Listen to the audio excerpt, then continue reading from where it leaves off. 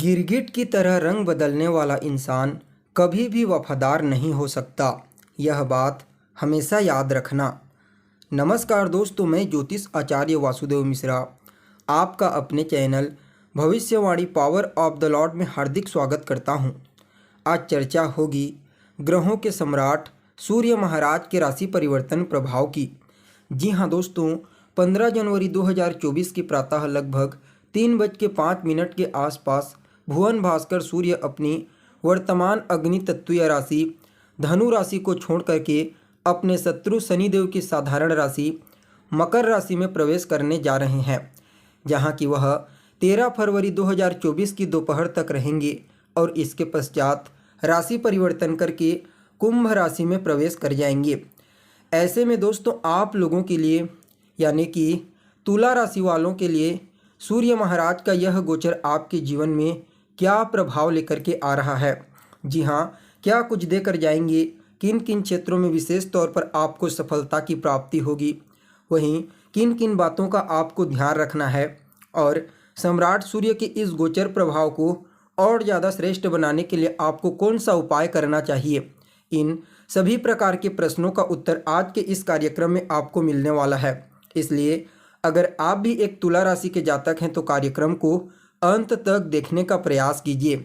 और अगर आप अपनी जन्म कुंडली पर हमसे परामर्श लेना चाहते हैं तो डिस्क्रिप्शन बॉक्स में और वीडियो के अंदर आपको व्हाट्सएप नंबर मिल जाएगा, जहां से आप व्हाट्सएप करके अपनी जन्म कुंडली का विस्तार पूर्वक विश्लेषण करवा सकते हैं।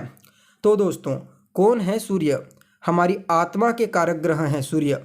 पिता, शासन प्रशासन, मान सम्मान, पद प्रतिष्ठा और सफलता, इन सभी चीज़ों के कारक ग्रह सूर्य महाराज ही होते हैं। इसलिए इनका गोचर हर किसी के लिए महत्वपूर्ण बन जाता है। जी हाँ, जन्म कुंडली में भुवन भास्कर सूर्य का बलवान होना अपने आप में ही पूरी कुंडली को मजबूती प्रदान कर देता है, क्योंकि सूर्य देव बलवान होकर के जातक को उसके जीवन के प्रत्येक क्षेत्र में सफलता प्रदान करते हैं। जी हाँ, जातक अपने जीवन में अपने पराक्रम, अपने मेहनत और अपने ऊर्जा शक्ति के साथ ही अपने पुरुषार्थ और भाग्य की बदौलत लगभग जितने सुख सुविधाओं की इच्छा वह करता है, सब कुछ उसे मिल जाता है। और ऐसे लोगों के जीवन में कभी भी किसी भी प्रकार से किसी चीज़ की कमी नहीं होती।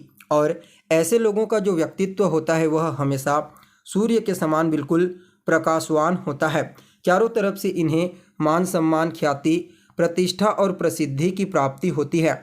ठीक इसके विपरीत, जी हाँ, जब सूर्य महाराज पीड़ित हो जाते हैं, कमज़ोर पड़ जाते हैं, तो सबसे पहले तो जातक के जीवन को संघर्षशील बना देते हैं। जी हाँ, व्यक्ति मेहनत तो बहुत करता है, लेकिन उसके बावजूद उसे किसी भी फील्ड में कोई विशेष सफलता की प्राप्ति नहीं हो पाती और धीरे धीरे करके वह अवसादग्रस्त होता चला जाता है।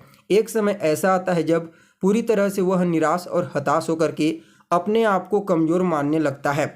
जी हाँ, सूर्य देव के कमज़ोर होने से जीवन में समस्याओं का समाधान दिखाई नहीं देता। तमाम प्रकार की समस्याओं को दूर करने के लिए सूर्य का बलवान होना आवश्यक है। इसके अलावा सूर्य देव के बिना आप किसी भी प्रकार से सफलता, मान सम्मान और प्रसिद्धि की कल्पना नहीं कर सकते। इसके अलावा जब यह पीड़ित होते हैं तो यह शारीरिक रूप से आपके हड्डियों में तकलीफ उत्पन्न करते हैं, आपको नेत्रजन्य पीड़ा दे देते हैं, शासन प्रशासन से परेशानी, पिता के साथ भी मतभेद होता रहता है। यह कमज़ोर सूर्य के लक्षण होते हैं।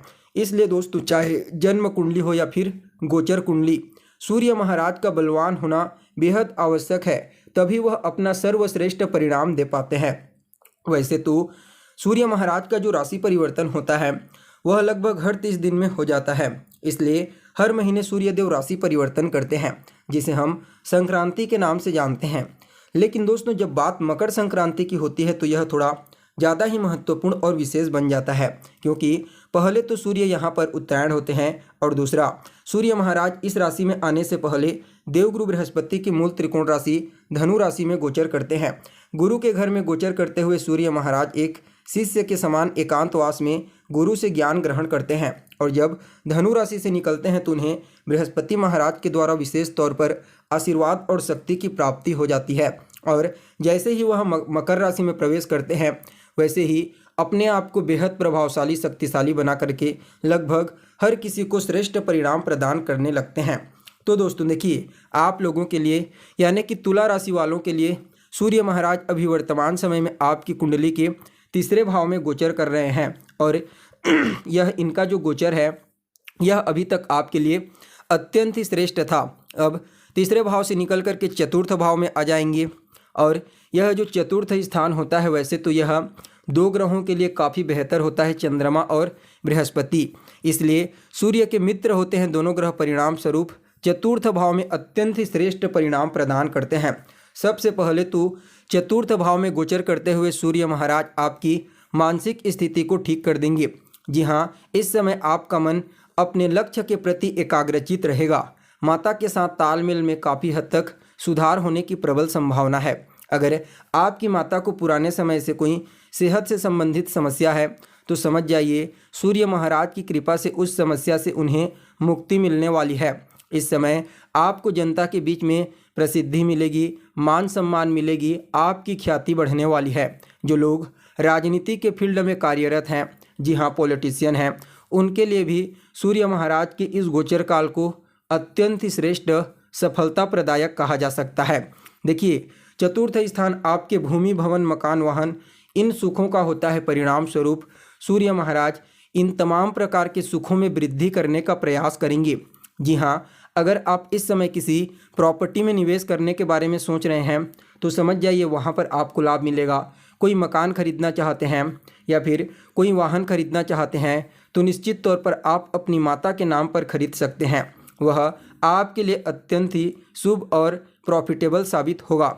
वहीं इस समय आपको लगभग देखा जाए तो हर कार्य में विशेष तौर पर सफलता की प्राप्ति होगी, क्योंकि सूर्य महाराज की जो पूर्ण सप्तम दृष्टि होगी वह आपकी कुंडली के दसम भाव पर पड़ेगी।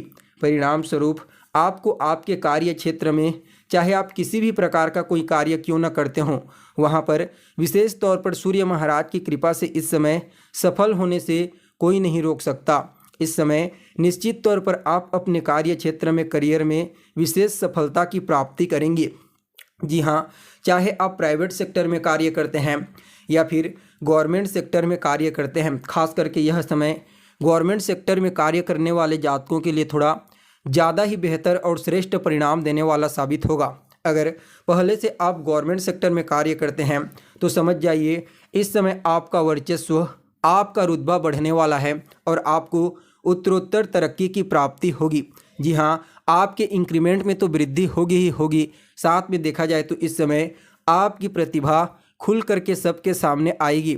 निश्चित तौर पर आपको इस समय कार्य क्षेत्र पर विशेष सफलता की प्राप्ति होगी और जो जातक लंबे समय से गवर्नमेंट जॉब के लिए प्रयत्नशील हैं उन्हें भी इस समय कोई गुड न्यूज़ की प्राप्ति हो सकती है। देखिए, प्रयत्नशील होना एक अलग बात होता है और जन्म कुंडली में योग बनना एक अलग बात होता है। जब जन्म कुंडली में योग बनते हैं तभी उसका सकारात्मक परिणाम आपको गोचर के दरमियान प्राप्त होता है। इसलिए अगर आपकी जन्म कुंडली में गवर्नमेंट जॉब का योग है, जन्म कुंडली में ग्रहों की स्थिति बेहतर है, वर्तमान दशा अंतरदशा कोई एक उस ग्रह से संबंधित है जो गवर्नमेंट जॉब का योग बनाए हुए हैं, तो समझ जाइए इस समय आपको सूर्य महाराज की कृपा से अवश्य ही गवर्नमेंट जॉब की प्राप्ति होगी। कहीं ना कहीं यह समय आपके कार्य क्षेत्र में प्रकाश उत्पन्न करने वाला है। तमाम प्रकार की समस्याओं का समाधान आपको प्राप्त होगा।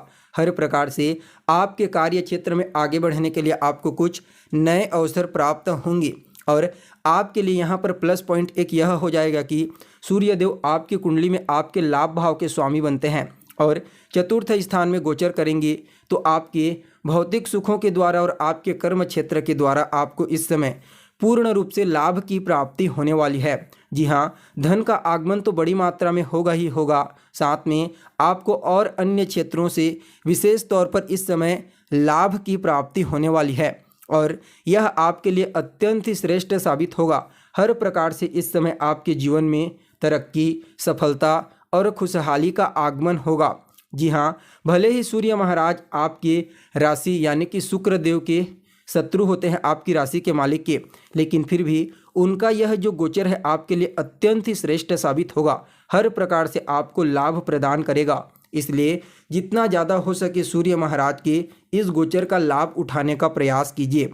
और इस गोचर को और ज़्यादा श्रेष्ठ बनाने के लिए आप रोज़ाना लाल चंदन का तिलक लगाइए, आदित्य हृदय स्तोत्र का पाठ करें, रविवार के दिन मजदूरों की मदद करें और सूर्य भगवान को जल देने वाले लोटे में एक लाल रंग का पुष्प डाल करके उन्हें जल दीजिए। आपके लिए यह गोचर अत्यंत ही अद्भुत परिणाम देने वाला साबित होगा। तो दोस्तों, हमें उम्मीद है जानकारी आपको पसंद आई होगी। फिर मिलेंगे एक नए और ताज़ा एपिसोड में। तब तक के लिए आप हमें इजाज़त दीजिए। नमस्कार।